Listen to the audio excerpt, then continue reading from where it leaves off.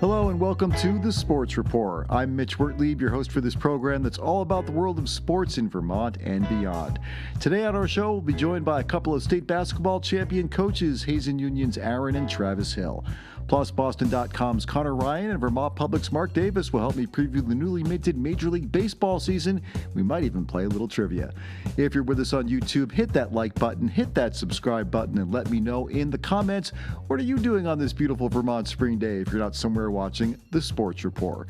I'm on set with producer Nathaniel Wilson. How you doing, Mitch? I'm doing all right. How are you doing, my friend? I'm doing well. It feels much better to be in this fancy green chair than it does to be behind the desk where you're at. You did a fabulous job. Thanks for holding the fort down for me last week on the Sports Report. Hoping you got to watch a little bit of college basketball this weekend. Yeah, another big college basketball weekend. Whew, man, that UConn game against Duke, the number 2 seed upsetting the number 1 Duke on a last-second three-pointer by Baylor Mullins. What a shot. A deep one, too. He just there was the turnover and the scrum, and he got the ball and lined it up from insanely deep. That was a deep, deep shot that he hit. I was having flashbacks, though, back to 1993. I'm aging myself here.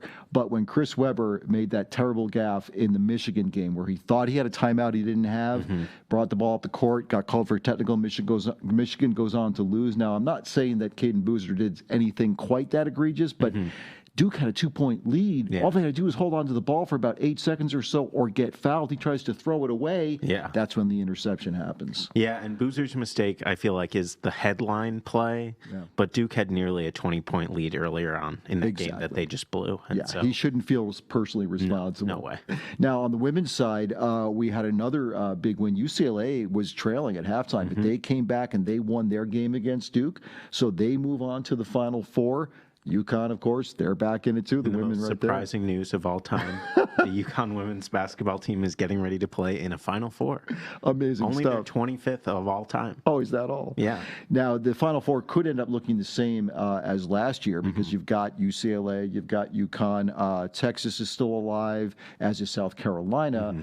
Later on today, we'll find out which of those teams are going to move on, perhaps, to join the Final Four. Yeah, but those UConn fans, they stay winning, don't they?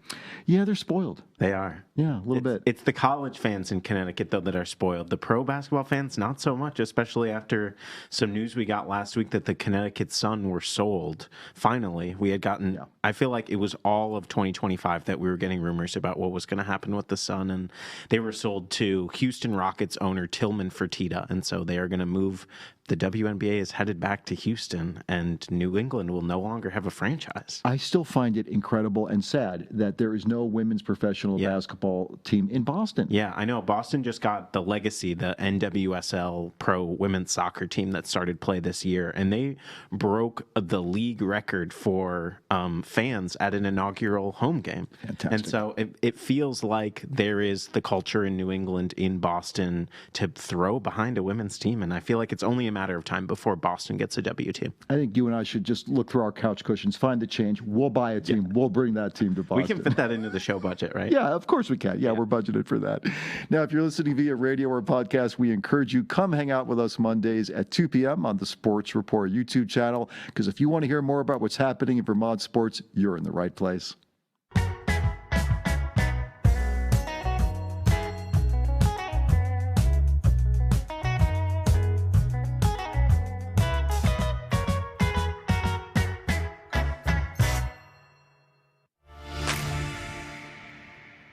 And it's time for the High Five, the segment where we count down 5 of the biggest stories in Vermont sports from the last week.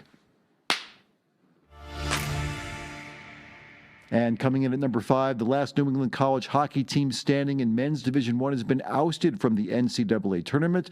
The Quinnipiac Bobcats were knocked out in the regional final 5-0 by top-seeded North Dakota. Despite the loss, Boston Bruins prospect and Springfield, Vermont native Elliot Gronwald continued his rise, scoring a key goal in the Bobcats' first-round win over Providence. And at number 4, the University of Alabama men's basketball team's March Madness run came to a close on Friday when they lost 77-90 to the University of Michigan. Alabama junior forward and Jericho, Vermont's Taylor Bull Bowen came off the bench in all 3 tournament games for the Tide. His best game, though, came in the first round against Hofstra, where he recorded 15 points, 2 rebounds, and 3 blocks in the win. At number 3, the Norwich women's hockey team came within a whisker of playing for the Division III NCAA championship, but they fell 5-4 to Nazareth in overtime in the Frozen Four semifinal Friday night. The Cadets held a 4-2 lead in the third period before the Golden Flyers forged a comeback to force the extra session and potted the game winner just 29 seconds in. The Norwich women were playing in the Frozen Four semis for the first time since 2018. At number 2, the number 1 ranked Middlebury women's lacrosse team is still undefeated after trouncing Babson College yesterday 18-3. Four Middlebury players scored 3 times or more in the win. That includes senior Caroline Adams, who found the back of the net 4 times. Adams has a team-high 33 goals in their 10 wins this season. And at number 1 this week, St. Michael's College men's baseball senior Sam Cavosa became the program's all-time hit leader during an 11-10 win over Adelphi University Sunday. Baseball in March, hey, if it's good enough for the pros, it's good enough for me. Cavosa's 148 career hits were good enough to break a 12-year-old school record. He also moved into a tie for 5th all-times in runs batted in. We're going to be right back with Hazen Union boys basketball coaches Aaron and Travis Hill right after this break.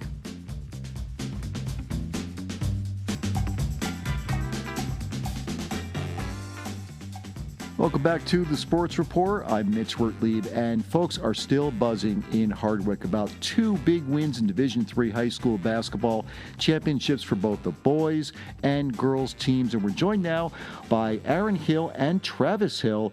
Aaron Hill is the athletic director at Hazen Union High School and the boys basketball coach, and Travis Hill is the assistant boys basketball coach. Welcome both to the Sports Report. Thanks for being here, guys. Yeah, thank you. Hey, thanks for having us. Hey, Aaron, I want to start with you putting on your athletic director's hat first, because I want to talk about the girls' D3 championship win here. Big win. They defeat Windsor in an overtime thriller by 2 points. This is no small task. Windsor had made the finals 5 years in a row and won 3 titles in that time. Were the Wildcats really considered a pretty big underdog heading into that final? I don't think so. I think they saw themselves as the top seed. They had a lot of confidence going in. They knew Windsor well, having played them the last 2 years in Barrie. They beat them in the finals 2 years ago and lost in the semifinals last year. So it's a pretty good rivalry that's developed with those 2 programs. But our girls were definitely confident going in. Now, Kelsey Rivard sealed the win with 2 ice-in-her-veins free throws, stepping up that she made in overtime. Those 2 points, though, were part of her overall 30-point performance. Can you talk a little bit about what Kelsey has meant to this team this season? Oh, Kelsey is just a phenomenal player. In my opinion, she's one of at least the top 2 or 3 players in the state of Vermont. I get to watch her every night as the athletic director, and I just sit there in awe sometimes of her ability to impact the game. She scores, but she also rebounds the ball. She sets up her teammates, and the other team is keyed on her most nights. She's got a crowd around her, and she just controls the game in so many ways. And she's only a junior, so we're so excited that we get a whole nother year with her. Oh, that's pretty fantastic. And, of course, putting up 30 in the final is just unreal. Yeah. Now, girls head coach Randy Lumsden obviously had a big role in the team's success this year. How was he able to keep the Wildcats on track throughout the season, and especially against a tough opponent in the finals like Windsor? Well, Randy's been working with that group since they were probably, I think, 3rd grade. So he's formed very strong relationships with them. He's come up through the ranks with them. So he knows exactly what makes each one of them tick, and they know him. They do so much in the off season. They play pretty much year round. So they're very well known to each other. And like his daughter plays on the team. So it's just a very close group that's been together since 3rd grade. They do sound like a really close-knit group. Travis Hill, I want to turn to you now because, the boys team about a week later after the girls' victory goes on to defeat Randolph for the D3 state title. And I have to ask first if it's at all a little bit intimidating to you working alongside the coach, who's your brother, but who's also got more active career wins than any other high school coach in the state of Vermont. I don't know if it's intimidating because I grew up with it and I've been with him the whole time, but it's just been an awesome ride. And really, the rest of us assistant coaches were just kind of along for the ride. Aaron could do it without us, but it was just so much fun. And the last couple of titles, we've been able to have some of our own sons on the team, and it was just an incredible ride. Now that win over Randolph, not as close a game as the girls' game against Windsor. The Wildcat boys, really came out and won this one decisively, 66-49. Worth noting that Hazen came in as the number 2 seed of the tournament, though, against top seeded Randolph. Is it fair? I'll ask the same question I asked of Aaron. Is it fair to call this an upset, even if the team might bristle at that a bit? I probably was considered an upset because the first time we played them, they pretty much controlled the game, and the second time, they were a really good team. They got Eli Messier is one of the best players in the state as a sophomore, and we just had the great performances especially from our seniors to pull that out. I would say maybe a little upset, not a lot. Going into the year, I think it was kind of us and them were considered 2 of the favorites along with Virgins, and then Thetford kind of surprised people this year, but maybe a little upset, but not a lot. What about the adjustments that you had to make as an assistant coach? As you say, there were the 2 previous losses. Did you go in talking about what you needed to do differently against Randolph in the state championship game? Yeah, we actually probably started talking about that at Aaron's desk 5 minutes after our last loss to Randolph during the season. We were all around his desk trying to figure out at that moment, what are we going to do if we see these guys again? Huh.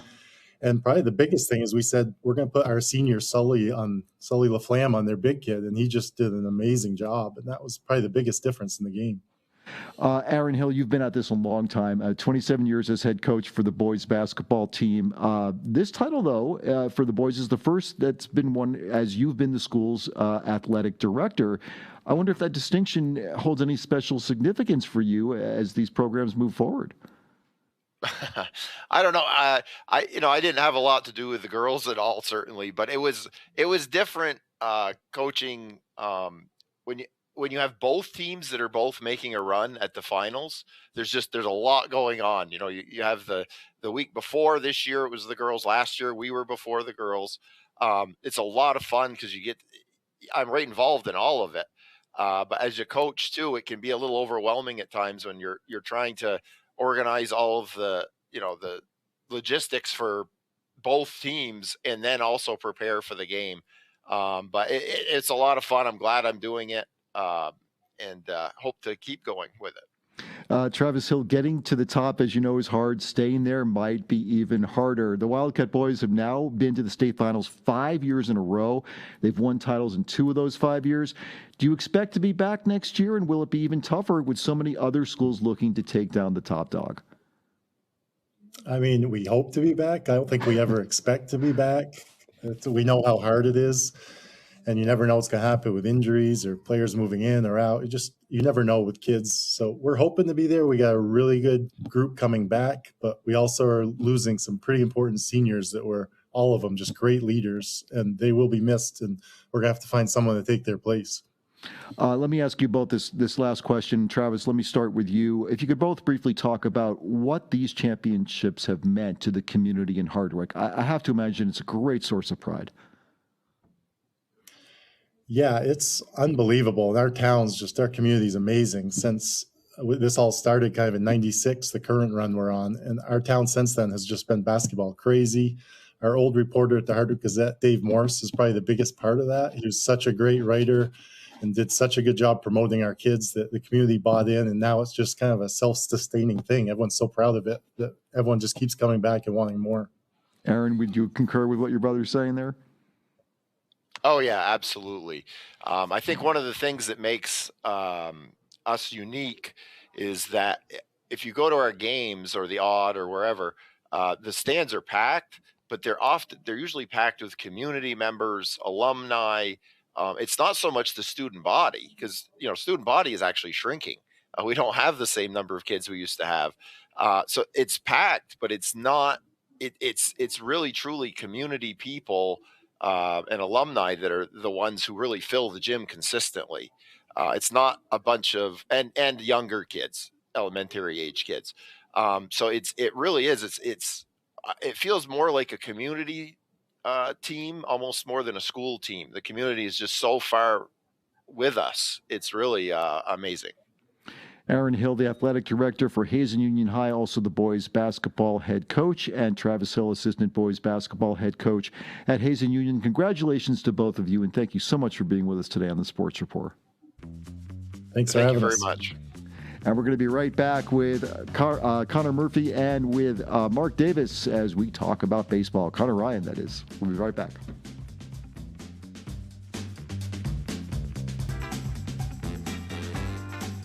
Welcome back to the Sports Report. I'm Mitch Wertlieb, and I'm joined now remotely by Conor Ryan. He's a sports reporter for Boston.com. Conor, thanks so much for being with us on the Sports Report. Thanks for having me, guys. And Mark Davis is with us in the studio, too. Mark, you're going to be talking a little bit about the Baltimore Orioles in just a bit. AL East baseball, yeah. So let me start right in on the AL East. We're 3 games into the season for the Boston Red Sox, Conor. Not a great start out of the gate for the Old Town team. They dropped 2 out of 3 to the Cincinnati Reds. 2 of those games were very winnable for the Red Sox. What are you seeing so far? Again, small sample size, but what's your feeling on this team so far? Yeah, I think you're seeing some of the concerns about what this team could be. You look at how they played on opening day, where it's kind of followed the template of what I think Craig Breslow envisioned with his team. Really strong starting pitching, improved defense, and doing the little things that help you eke out wins. And then you see the next 2 games where they lose 2 one-run matchups where, again, winnable games, as you said, but some of the concerns that you saw with this team's roster construction going into the offseason, they've kind of played out. You've had a lineup that, yes, you've got some players like Rowan Anthony, and you're excited to see what he can do over the span of entire season, but when you go into this lineup and you don't have, obviously, Rafael Devers anymore, you let Alex Bregman go to the Cubs in the offseason. The big concern was, like, where's the middle of the order power in this lineup? And I think you've seen a group that, if everything goes right, you like the way that they can kind of extend at bats, continue to pile on, get guys on base. But through the last 2 games, both losses, they're 2 for 21 with runners in scoring position. So I think you have a lot of concerns about that lineup as far as what the ceiling of it could be. And then I think you like the way the starting pitching has been. I know Sonny Gray wasn't that sharp on Saturday, but I think one underrated area of concern for this team, you like Aroldis Chapman, you like Garrett Whitlock at the back end of the bullpen. That middle relief, I think, is still a bit of an unknown, especially with Greg Weissert struggling as of late. Yeah, I mean, you hate to take one guy and blame him again. Small sample size, but Weissert, gave up 2 big home runs in both those games back to back. It's that late kind of inning relief that you really need to get to Chapman, and to get to those pitchers who you can depend on that they did last year. As far as the lineup stuff goes, one player I wish the Red Sox had gotten was scooped up by my friend Mark's Baltimore Orioles, and that would be Pete Alonso. Are you pretty psyched about having Pete Alonso, Mark, in the lineup? Yeah, veteran slugger is a nice thing to have. And as I look at the Red Sox lineup, I see a hole in the middle, and there was a guy who was perfect for that spot, and why they let Bregman go, frankly, as someone who roots for another team in your division, I don't mind seeing it, but it felt egregious in the offseason, and I think it manifested itself early on this year. I think it's especially important in this division, Mitch. The AL East, always super competitive. I think maybe even more so this year. I see 4 teams that could make the playoffs. I would not be shocked if the AL East grabs all 3 wild cards. Tampa's probably not going to have a terribly strong season. Toronto, Baltimore, these are all really good teams, and I think it's going to be a dogfight this season. I think it's going to be important, therefore, that these teams win their non-division games. Again, one weekend doesn't make anything, but yeah. I think you're going to want to be taking 2 out of 3 from the Cincinnatis of the world come July and August when you're slugging it out with the AL East. So true, and we didn't even mention that name that I hate to mention, the New York Yankees, yet. Conor, let me ask you this. I mentioned Pete Alonso. I really thought he would be a perfect fit for the Red Sox. Right-handed power bat, launching balls over the green monster. Do you agree that's a player they should have gone after harder? Yeah, absolutely. I think you look at one of the biggest concerns for this team, especially once you move on from guys like Devers last season, is just the pure power, right? They were ranked 15th in the league last year in home runs, but over the final 2 months of the season, I think they only had 48 total home runs. And there's value in when you look at just how strong the pitching all across the board is across Major League Baseball. You see some of these guys that maybe they're not going to be hitting, 280, something like that. But having a guy in the middle of your lineup that can give you 35 to 45 home runs. Like, look at like the Phillies. Do you think they regret signing a guy like Kyle Schwarber? There's times where he's only going to hit 230, 240. But if he hits 45 home runs, you see the value there, especially once you get to the playoffs. Like, how many times has Kyle Schwarber delivered for them where the pitching is so strong, but when you've got a guy that can just get a hold of a high fastball and launch it into the cheap seats, where that value is. So, yeah, is Pete Alonso like the perfect player? No, but I think he's the ideal guy for, obviously, the Orioles valued him, but the Red Sox, where you look at just how many balls he would have launched over the seats in the Green Monster, I think just having a guy with that 35, 40 home run pop would have made a huge difference on this team. And now you've got guys like Wilson Contreras, you got guys like Caleb Durbin. I think they're solid players, but you're expecting a lot as far as just where that power is going to come from in this lineup. Yeah, I would agree with that. I am not really against the Caleb Durbin signing at all. I think, he's had a rough weekend. He didn't start out of the gates great. I like his defense. I think he's going to come around with the bat a little bit. The Bregman thing, I know the Red Sox took a lot of heat for that, but it felt to me like he just didn't want to be there. I mean, that park was built for him. And if he doesn't want to stay there, yeah, I know he went to Wrigley with the Cubs, but, why would you want a player around that really doesn't seem to want to be with the team? Yeah, I think that the Red Sox valued a lot of what Bregman provided. I think you ask a lot of the guys in the clubhouse, they really valued his veteran leadership. Guys like Roman Anthony talked a lot about what he brought to this team. But also, if you look at what he signed for with Chicago, and this is a guy who, again, his credentials speak for itself, but a guy that's over 30 now, dealt with injuries last year. He was playing like a legitimate MVP candidate the first 2 months of the year. Then he has that soft tissue injury, comes back, and really isn't the same player over the final 3 months of the season. So I get like the Red Sox get knocked quite a bit as far as like spending money where they're allocating their resources towards. But when you look at, I think, building maybe a sustainable contender, I'm fine with the Red Sox not handing Bregman that much money. I think it's more of just the other moves that you were able to make, right? Like Pete Alonso, beyond the fact that like the home run power was needed, you just had to sign the guy. And I think he wouldn't have cost as much as what Bregman brought there, and he would have fit an obvious need as far as just a right-handed power bat. So I think it's the fact that they, one, don't retain Bregman, which I don't think I have any issue with, but it's the fact that you don't pivot towards other ways to really allocate that money. A lot of that money that you freed up by trading and getting that Rafael Devers contract off the books last June. Mark Davis, let me ask you this, because the Orioles are a really interesting team to me. 2 years ago, they have a fantastic year. They squeak into the playoffs. They're out in the first round.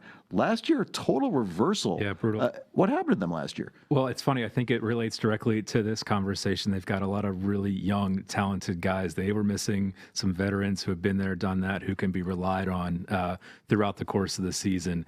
They course corrected this offseason. They went and got some of those guys, including Alonso, who we've talked about. But I think it showed how vulnerable you are, how thin the margins are if you're just relying on the young up-and-coming guys. You have to balance out the roster a little bit.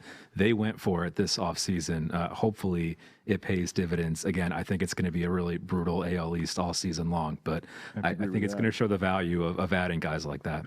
Conor, Ryan, let me ask you this, because, we're talking about the Red Sox and the Orioles here, but to me, you got to look at the Toronto Blue Jays, who came within. I mean, you couldn't come any closer to winning the World Series last year. What a heartbreak for them. And, of course, the New York Yankees. Where do the Red Sox and the Orioles fall, in your estimation, when it comes compared to those two teams, those powerhouses? Yeah, I think when you look at the AL East, I agree that I think any one of those four teams could go on a run. I think all four of those teams are going to be very competitive all across the American League. I still think the AL East right now runs through Baltimore and probably the Yankees as far as just maybe the teams that have the least amount of question marks. And again, every single team does, right? But I think you look at what Toronto, as you said, coming that close to winning a World Series against a juggernaut of a Dodgers team. Bring back a lot of the same guys. They add a guy like Dylan Cease, who feels like he's a guy that you've always been waiting for him to have that breakout season. He's been a great number two starter for a long time, but he was really, really sharp in his first game. They're a team that has been there now. They've got that experience. I don't know how you can't come off of that playoff run without being kind of a battle-tested group. Two of their first 3 wins of the year are walk-off wins this year. Again, small sample size, but I just like the way that team is built. I think they made great improvements. They have some younger guys that I think it's important, right, where you have that young talent, but it's not like the whole season revolves around those guys. You still have the free agent pickups. You have guys like Vladimir Guerrero Jr. that are going to lead the way. It's not like the Red Sox where it's like, all right, our lineup could be good, but a lot of it is going to fall on the shoulders of 21-year-old Roman Anthony to lead the charge. Like I think not the Orioles rather, but the Blue Jays have a good balance of the way their lineup is built and the rest of their roster is built. And then I think you look at the Yankees, right? Any lineup that has that guy Aaron Judge in the middle is going to be pretty tough. But you also look at the way their pitching has been. It's again short sample size, but Max Fried looked good. We'll see what happens with Garrett Cole, whether he's back later on this year. And I think, unfortunately for Red Sox fans, I think Cam Schlittler is going to be an issue with them for the foreseeable future because he looked nasty in that game against the Giants. Yeah, I think the Yankees pitching is way better than I would like it to be. Their lineup is always there, but yeah, this year the pitching could be real good too. Having watched these first 3 games of the season, of course, I was riveted to what the new ABS system would be like. Automated balls and strikes here. Conor, why don't you explain exactly what this new system is, how it works, and then tell me whether you liked it or not. Yeah, it's I don't know if CB Buckner likes the new rules. I will say that, not to jump ahead, but yeah, it's been obviously in the minor leagues for a little bit now. But essentially, you have 2 challenges. You can challenge a ball or a strike call. It's the players that can do it, not the manager, which is a bit different from other review rules like how it is in the NBA. But I like it as far as I think it just adds a new level of discourse, a new bit of scrutiny, a new way to talk about baseball. There's new strategies now. I think you look at the fact that Roman Anthony challenged a call in the 9th inning on opening day, leads to him getting on base, and the Red Sox tack on 2 more runs. And then obviously that game on Saturday where CB Buckner, the home plate umpire, had a rough go of it, but the Red Sox essentially waste their 2 challenges in the first 3 innings of the game. You don't have the opportunity to challenge later on in the game, and you had a lot of pretty ticky-tack calls, right, that you really wish you had one of those challenges to use. And the Reds were selective with it. They challenged, I think, 5 calls, I think, and got almost all of them correct. So I think it just adds a new level of intrigue, a new conversation point with just how the game is played, right, where players now have to be aware of, like, you can be confident in your play discipline, how you see the strike zone, but you better be right because the last thing you want is to get into the 7th, 8th, 9th inning and you don't have that challenge to turn to in a critical moment of the game. It's a new element for sure. Mark Davis, what did you think of the new system? I agree. It adds a new conversation piece. A lot of stories have been written about it this weekend. I am not a fan so far, and Really? It is because I think it takes away from the human drama and emotion that we should be feeling in sports. A moment that jumped out for me watching a game over the weekend, bottom of the 7th inning, runner on base, big moment, called strike 3, crowd goes crazy, except wait, hold on a second, now we're going to get a challenge. Turns out the ball was like 2 centimeters outside. Go back, do it again. Now 2 pitches later, there was a strikeouts. It continues to sort of treat sports as like a science experiment, as something we have to absolutely get right. And I think it removes this emotion that is so critical to the fan experience. In the age of AI, we're so worried about stripping away the humanity. Can't we just, especially in baseball, 162 game season, this stuff is going to balance out the good calls and the bad calls. I kind of wish we could just roll with it. I understand the underlying rationale. As a fan, I find it detracting from my experience thus far. You may have convinced me with that argument there against it, because at first I was with Conor. I was all for it because what I liked it was that idea that the player has got to make that decision himself. And a player like Roman Anthony, again, to Conor's point, showing off how good his eye is. He knew that was a ball that was called a strike against him. He knew it. That was cool. But I agree with you, because what happens, imagine Game 7, World Series, 3-2 count, strike but wait. You're robbed of that immediacy, that moment of like electricity, because you may have to wait there. I mean, Conor, couldn't that happen? Couldn't we feasibly see that happen? Oh, without a doubt. I mean, it's almost kind of the same thing. And to your point, like I enjoy like the strategy with it, but there is something that does detract from it. Kind of similar to, let's say it's a playoff game in hockey and a guy scores an end-to-end goal, crowd's going, and all of a sudden, wait, you look at the skate blade, he was just a bit offside, right? I think those are some of those moments where it could detract from it. So it makes for an interesting conversation, right? Like I've enjoyed, I think it's exceeded my expectations, at least to the start of the year, because I went in with really low expectations as far as the added strategy element to it. But I do agree, once you get to October and you're kind of, the weight is on every single pitch. That's where I feel like you're really going to maybe deflate some of what makes baseball so great, especially once you get to the fall. Yeah, I think the stuff that has worked is the new pitch clock. I think we can all agree it has made the game move faster. It is not nearly as drawn out and excruciating in some ways to watch. Can we also all agree, and Mark, let me start with you, the hideous ghost runner on second in extra innings, it has got to go away. I don't let the games go 18, 19 innings. I don't care. This is not baseball. I wish I could join you in that one. I am not averse to all change that has been implemented. I think it's probably a sane thing for the players. And critically, unlike my other big concern, Mitch, with ABS that we haven't had time to talk about, are we going to see fewer managerial ejections, the old school arguing balls and strikes? That's not in play with this whole ghost runner scenario. Again, to the human drama. Although I don't know if you caught Minnesota Twins manager Derek Shelton did manage to get tossed arguing a robot call, which a real victory for humanity there. We can still argue with the robots. Conor, the ghost runner rule. What's your take there, man? Yeah, I mean, it's kind of the same thing where, like, for me as a huge hockey guy, like, I'm all for, like, even in regular season, these games going to double overtime, anything like that. When you have a great game, right, where it's back and forth, don't save it for just like the playoffs, right, where a game goes 3-4 overtimes. Like, I don't want a game get decided by like a gimmicky thing like a shootout. So I agree. Like, I think there's a lot that baseball has done well that's really improved the pace of play, maybe making it a little bit more digestible for more casual fans, where I think you've seen baseball really the last couple of years get a lot of momentum as of late, which is great for the game, obviously. But the ghost runner, not a fan of that. I'm all for like being at Fenway in July and all of a sudden it's midnight, it's 1 a.m. You still got a game in the 14th, 15th inning. I'm all for it. So it makes baseball great. Doesn't happen all that often, but when it does, what other sport has that? It's the only game without a clock. I mean, I think baseball needs to lean into that. I get why they didn't do it, but okay, good. I'm glad that you and I, Conor, can agree on that, and our Orioles fan here is going to get left out in the cold on that one. Yeah. Real briefly, what about the World Baseball Classic? How did you guys feel about that this year? I heard Aaron Judge make some comments that he thinks it's bigger than the World Series now. I wouldn't go quite that far. Mark, what's your feeling?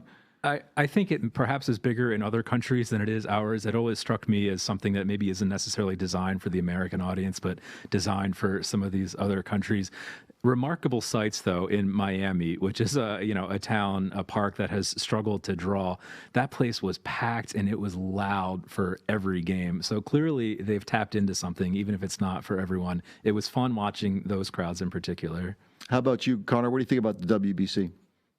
Yeah, I think it's only good for the game, right? I think it's very similar to, last year in the NHL with like the Four Nations face-off, right? Where I think people thought they was going to get some buzz and then everyone kind of ran with it, of just how riveting it is to see these players from all across the world, how motivated they are. And listen, when you're in the dog days of February and March, right, where it's spring training and you're focusing in on who's going to be the number 5 starter or who's going to be the guy that's going to carve out a spot on the 40-man roster, I think when you have those elevated stakes, I think it's good for the game. And I think you just see how baseball has, I think, really built some momentum over the last couple of years. It's unfortunate. It feels like there's a looming lockout in a year or so. But I think when you look at just how much press was built, how much publicity was added from the World Baseball Classic, I think it can only help the game. And it's good. You hope they continue it more often moving forward, even if it maybe is you have to discuss maybe putting that in the middle of the season as opposed to February, March. But that's a question for another day, I guess. Yeah, that's exactly what you read my mind. That's what I wonder about it. It's such a weird placement, right, as spring training is going on. Such a weird thing there. Yeah, and I'm glad you brought that up about the placement for it. I think we have time for a little trivia, Nathaniel. We got some questions here. We're gonna stretch the brain power of all of us here. I'm sure I will come in last. But what do you got for us here? What do we got? Yes. So for listeners who are unaware, we did some pilot episodes before we launched our show last month. Yeah. And we were playing some games in the pilots. We haven't fully brought a game into the show yet, and so we wanted to do that here.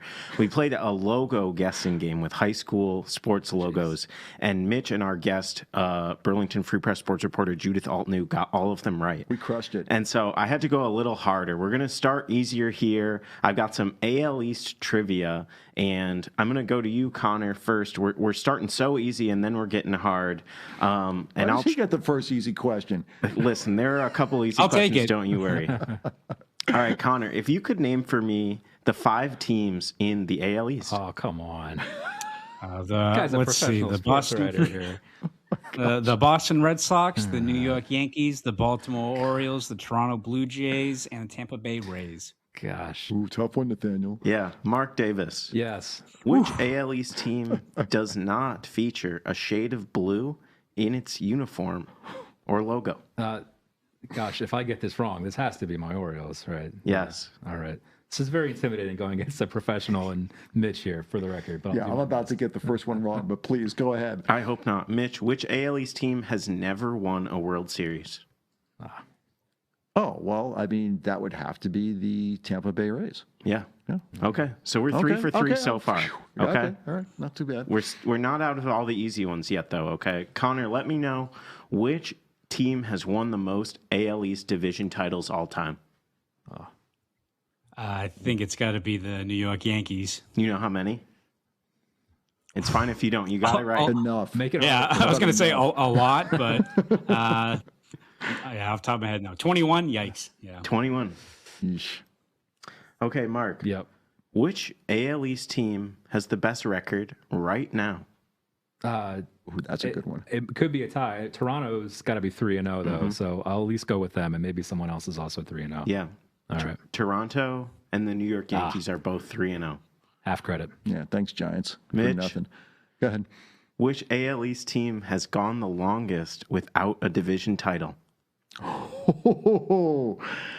Well, it's not Tampa Bay. It's not the Yankees. I would have to say the Orioles.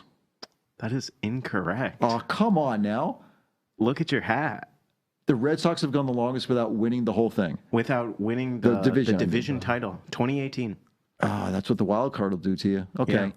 For me. Suffering Sox fans feel just terrible. Okay, Connor, when was the last time, we're getting a little harder here. When was the last time that two AL East teams faced off in the American League Championship Series? Ooh. Yeah, that's a little tougher. Let's see.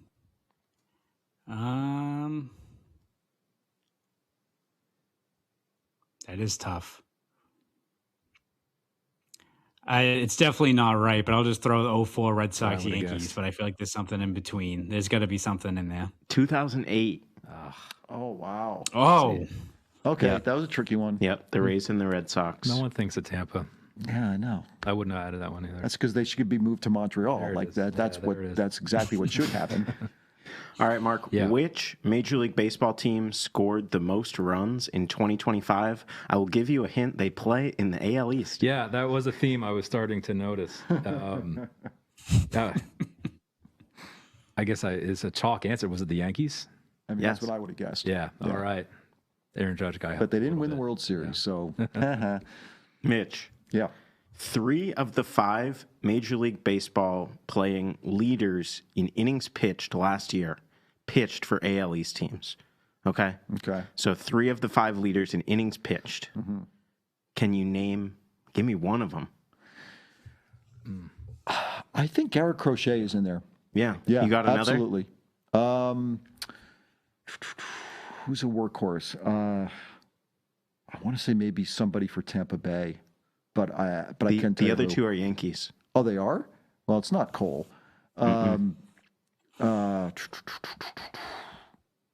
Was it Carlos Rondon? Mm-hmm. He's one of them. And then Max Fried. Oh, wow. Okay. Yeah. All right. I didn't do too bad on that. All right, Connor. Which AL East team has never gone by a different name? Oh, that's a good one. Wow. And I think I know the answer if I can steal from Connor if he doesn't get it. is it the Blue Jays? It is. It is. Good one. You're is. tempted Yeah. to say, yeah, because the Yankees were the Highlanders at one point. Yep. Yep. Yes, and the Red Sox were the Americans. Yep. The and Boston Tampa Bay Americans. was the Devil Rays before they took the devil out of the name. Yeah. That's when they got good, when they took the devil Yeah. out. Yeah, it's too bad. All right, I got 2 more questions, and they are so hard. And so Double points. Let's go. Both for Mark. Yeah. we're coming to you, Mark. All right. The AL East was formed in 1969. When it Okay. was formed, it had 6 original members. How about we just go around? Can you give me one of the original AL East teams? And The ones that aren't there now, another one? Some of them are still there and some of them are not. I mean, can I take the Yankees as a layup? Yeah. Put Okay, pressure that's on correct. them. Mitch, you got Red one? Sox is a layup too. Yeah. It is. The Red Sox are there. Connor, give me one. I'll give the Orioles. Okay. Yeah. Yep. Those are the 3 that are still there. Mark, 3 left. By chance, would the Milwaukee Brewers have been in this division back then? They would not have been. Darn. Darn, that was gonna be my guess too. Hang on a second. So this is a team that was in the AL East, but is no longer. Detroit Tigers? Detroit Tigers, that is correct. Okay. Close. 2 left. Connor, you got one? Cleveland? Yeah. Cleveland. Oh, good guess. We're running well. Okay, 1 left. Mitch. Oh man. Oh, I thought I had escaped this one. I am just trying to think. It can't be like Seattle or any of those teams. I'm drawing a blank. It is the Washington Senators, who are now the Minnesota Twins. Okay, that's a tricky one there. Well done, Nathaniel. Thank you. You're going to love this one. I'm just going to ask this last one, and then somebody give me an answer. So don't be afraid to jump in on this last one. 2 players in the history of Major League Baseball have played for all 5 current AL East teams. Can you name them? Boy, I feel like this is going to be like role player. Yeah. Is it like Ricky Henderson? I feel like he played for everyone, but Not Rick no. G. You got passed around. I'm thinking of a super utility player. Well, like a Ty Wigington, was he not on multiple AL East teams? No. It got to be on every one, though. Yeah. He played for every AL 2 East guys, team. every single guys. AL East team. Both played this century.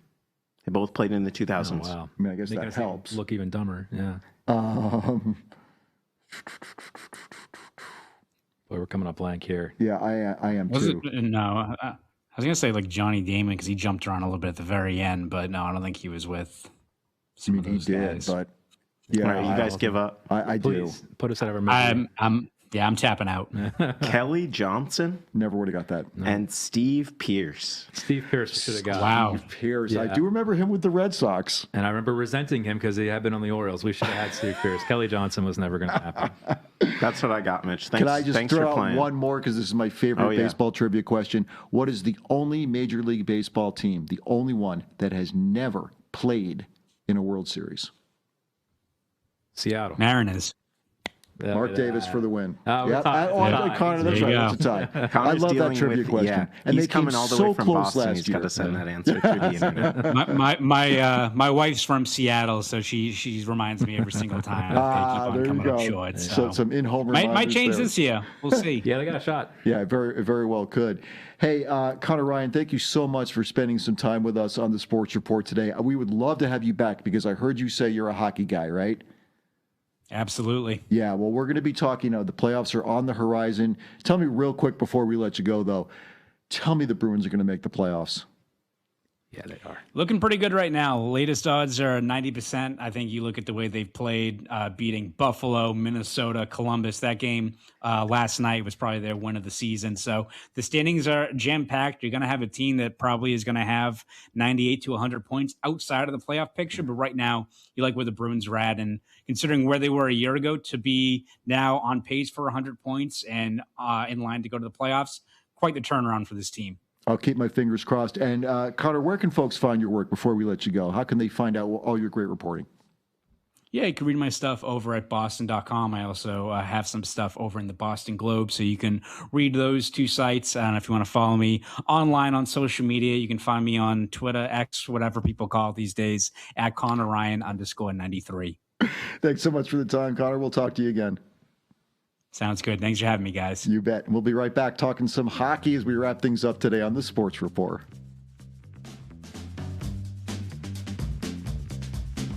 Sticking around here in the last 5 minutes of the show to talk some hockey because, Mark, wow, the Eastern Conference in hockey, it's playoffs to make the playoffs right now. Eastern Conference playoffs have been going on for at least 3-4 weeks. This is going down to the last couple of games of the season, just like we were sort of talking about with the AL East in baseball a second ago. It's been a blast, but these are stressful nights already. Unbelievably stressful. Now, your Montreal Canadiens are in a 5-game heater. Yes. They've won 5 in a row. They beat the Carolina Hurricanes last night, one of the top teams in the league. Took them out twice in the past week. The Habs are really rounding into form. Nothing is to be taken for granted right now in this conference. They're looking good for the playoffs, and they're starting to look good not just to make the playoffs, but maybe get a halfway decent seed and maybe come win with some really good momentum, playing sort of playoff style hockey. It's been they're rolling right now. Yeah. Incidentally, right after I went up to a game in Silm, got smoked. That triggered the winning streak. But it's been a blast watching them this winter, and they look like they are going to be joined by their great arch rival Boston Bruins. Maybe, but as a longtime Bruins fan who has had so many times seen, defeat ripped from the jaws of victory, I am not counting anything until they're in. They are looking good. Bruins have won 3 in a row. Their most recent win, a fantastic last night, come from behind victory. They fell down 3-0 against Columbus, a team right behind them for the wild card, by the way. Very good team. So if Columbus had won that game, which they really should have, they would have been 1 point behind the Bruins for that first wild card slot. But the Bruins, again, score 3 in the third period. They end up winning in a shootout in overtime to give them 92 points. Every time I think they're catching the Canadiens, though, to move up to a tie with them, the Canadiens keep winning. So the Habs right now are 2 points ahead of the Bruins. Yeah, Habs last year, Mitch, youngest playoff team in the NHL in the past 50 years. They're younger this year. This still feels early to them. This was a rebuild that's supposed to really bear fruit 2-3 years from now. So this all still feels a little bit like house money, but it also feels like you are watching in real time the early days of what could be a very special run here. They are young, they are fast, they're skilled. Their guys are under contract for years to come. And they made the playoffs last year, so they do have a little bit of experience. They know how to play when the games get more physical, when it slows down. It's just a very exciting time to be a Montreal fan. I know you're nervous. I fully expect Boston to get there, as much as I hate to say it. I hope so. And the most incredible thing would be somehow if those two teams, Boston and Montreal, could meet in the playoffs, maybe even the Eastern Conference Finals. That would be absolutely nuts. You and I wouldn't be able to talk for a couple of weeks, but that's all right. How is Montreal dealing with what I perceived to be a problem anyway, which was a goaltending issue for a while? Yeah, their goaltending completely collapsed. Pretty hard to win games, as it turns out, on a consistent basis when the goalie is allowing in the first shot of the game. They are in a fascinating situation right now. They are going with 2 rookies in goal. That's not something you see very often. Their veteran goalie, their number 1 last year, Sam Montembeault, has just collapsed. The guy who's actually emerging is the lesser heralded of the 2. Jakub Dobeš is someone who has had to fight for everything he's got in his career. Not someone they were necessarily thinking they would build around. That guy is Jacob Fowler, who is the young hot prospect who's come up this year. He looks good. Everyone still assumes that Fowler is the future in net, but Dobeš is on a heater right now, and you can see it even through the goalie gear. He's got this confidence, he's got this swagger to him, and he's starting to believe. But yeah, going down the stretch, 2 rookie goalies, not something you see very often for a playoff team. It's just so fascinating, and of course, people in Montreal riveted to every second of all of this. I got to point out again, when I'm talking about a sardine can of what's going on here, you've got the New York Islanders right now with 89 points. Pittsburgh Penguins right behind them with 88. You got the Ottawa Senators in the mix, 86 points. Detroit right there with 86. Even the Flyers and the Washington Capitals are within range. If they were to go on a 3-4 game winning streak and your team starts losing, all of those teams could jump into the fray. It's unbelievable. It's been remarkable. Essentially, everyone in the East has been 3 games from being at the top of the East or 3 games from being out of the playoffs for like the past month. The Habs, Mitch, just surpassed their point total from last season when they made the playoffs. They've got 9 games to go, and it's still not assured. As our guest was just saying, I think we're going to see a 100-point team not make the playoffs this year after a 91-point team made it last year. It's just unbelievable. Of course, the big question is out west, can anybody really beat the Colorado Avalanche, who looked like the team to beat? But we haven't even mentioned the Buffalo Sabres, Mark. Yeah. What a story. Yeah. It's real. By the way, this is not just some fluke. Long-suffering team. Was it 14 years without being in the playoffs? They had a horrible start to this season. There was no reason to believe it was anything different. And then, boom, something happened to this team. The light went on. They went from being terrible to not just being good, but maybe being the best team in the Eastern Conference. like overnight. And if you've seen them play, they play playoff style hockey. They're good. That arena, the fan base that place is going to be rocking. I would not want to see Buffalo in the playoffs. We'll check back in with you as the playoffs get started. Thank you, Mark Davis, for being with us on the Sports Report. And thanks for tuning in to the Sports Report. If you missed any of today's show, you can find it on YouTube. You can also catch us on Vermont Public Radio Monday nights at 8 and wherever you get your podcast player of your choice. That's where you find us.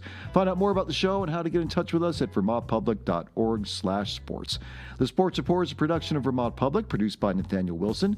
The technical director is Mike Dunn, with Joey Palumbo on graphics and video production assistance from Dave Rice, Brian Stevenson, and Kyle Ambusk. Our audio engineer is Pete Engish. I'm Mitch Wertlieb, your host for this program, all about the world of sports in Vermont and beyond. We'll see you next week.